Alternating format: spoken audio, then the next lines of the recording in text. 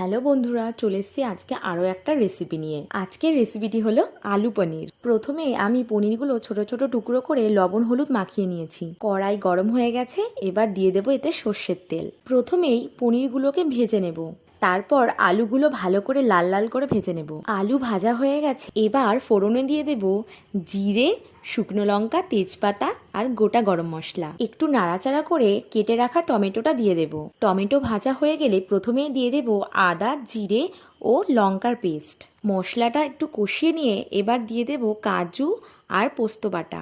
একটু নাড়াচাড়া করে এবার দিয়ে দেব ভেজে রাখা আলুগুলো। এবার স্বাদ মতো লবণ হলুদ দিয়ে দেব। একটু নাড়াচাড়া করে এতে দিয়ে দেব পরিমাণ মতন জল। ঝোলটা ফুটে এলে এবার দিয়ে দেব ভেজে রাখা পনিরগুলো। কিছুক্ষণের জন্য একটু ঝোলটা ফুটিয়ে নেব। ঝোলটা একটু শুকিয়ে এলেই ঘি আর গরম মশলা দিয়ে নামিয়ে নেব।